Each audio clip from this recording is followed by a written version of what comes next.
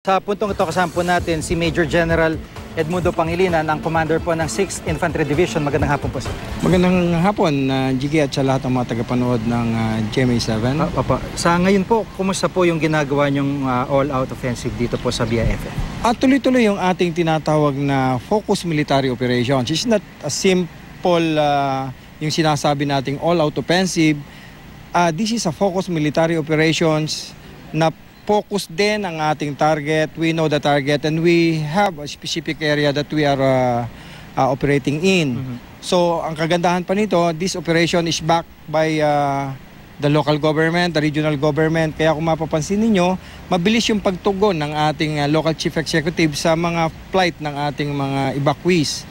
And the one thing more, this operation is coordinated with the peace mechanism, ang ating AJAG and CCCH. Maganda yung naging koordinasyon natin, kaya wala tayong ibang grupo na nababangga dito, kundi itong mga teroristang grupo na nagpapakilalang BIFF, at saka itong grupo ni Basit Usman na kinakadel ng grupo na ito, nitong nagpapatawag na BIFF. Opo, sa ngayon po talagang yun nga, kumpirmado ho na hawak nila si Basit Usman o kasama nila? Kasama. In fact, the other day, nagkaroon tayo ng maigting na enkwentro uli where we recovered yung camp na, it's not really a camp per se, but mga bahayan na kung saan dun pinagkukutaan nila. Naka-recover tayo dun sa encounter area ng mga panggawa ng bomba. Nakakuha tayo ng piyesa ng 105 Howitzer, piyesa ng 81mm mortar at iba pang mga piyesa na ginagamit nilang panggawa ng IED. Meron ding mga yung pataba, yung ammonium nitrate. Yan, niluluto nila yan eh. Sinasangkapan ng mga pampasabog at yan ang ginagawa nilang IED na ginagamit, na nilalagay sa mga kalsada at sa iba-ibang mga public places na pang-terrorized ng mga mamamayan. Opo, yung report ho na dati sugatan si Usman, ano na po ang update niyo po? We receive an information na may sugat siya ngayon sa paa, but definitely it's still subject for confirmation and hopefully in soonest we'll get him. Kanina ho kausap din namin yung CCCH, parang talagang yung katulad ng MILF, pinalipat nyo ng ibang lugar, yung mga residente may in-evacuate at talagang ina-isolate nyo itong BIFF, parang ganun po yung ginagawa nyo. Yes, ito yung ginagawa natin para maipakita rin natin sa mga mamayan na talagang the government, it's an effort of the government to show that government is working, the force is working, ang gobyerno, ang batas ay kaya nating ipatupad at ating ipapatupad. Sa tingin niyo ho ba yung lugar na ginagalawa ng BIFF kahit pa paano nako-constrict po? Nako-constrict natin. Sabi ko nga, we are operating within the specific area and we have a specific target. Kaya nais ko rin ipaabot.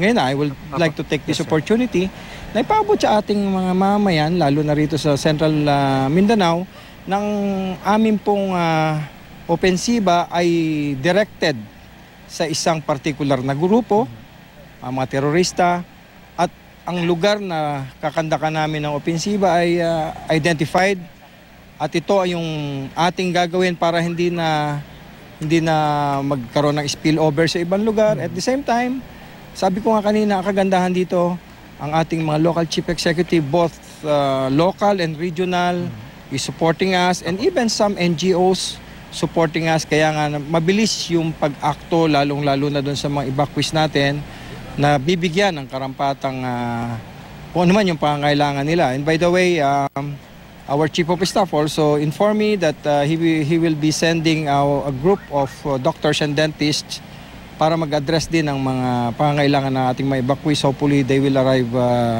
Wednesday.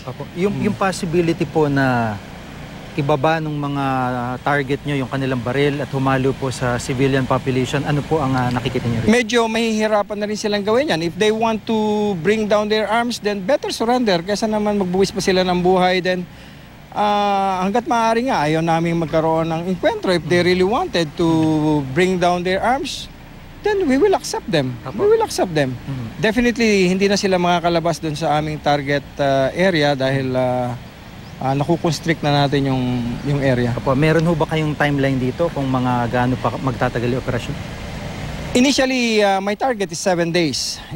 My target is 7 days. I am on the 4th day, and God willing, I can finish that in 7 days. But if in case hindi ko makuha si Usman in 7 days, I will be requesting for an extension. Sisiguraduhin ko kasi na makukuha na natin to para wala na tayong poproblemahin in the near future. Apo. Panguling salita po, ano po yung paalala nyo rin sa mga kababayan natin sa area? Tulad ng nasabi ko nga, ang aming opensiba na ito is a focused military operations backed by all the stakeholders, particularly the local and regional government. At gayon din nagkaroon tayo ng maayos na koordinasyon sa ating peace mechanisms. Kaya ang aming opensiba ay hindi natin hahayaang lumawak pa. At ang mapapakiusap ko sana sa kanila, if they have some information about this terrorist group, better that they report give that information to us so that we accomplish this mission the soonest possible time. Maraming salamat po sa pagkakataon. Thank you very much. Si Major General Edmundo Pangilinan, ng Commander po ng 6th Infantry Division.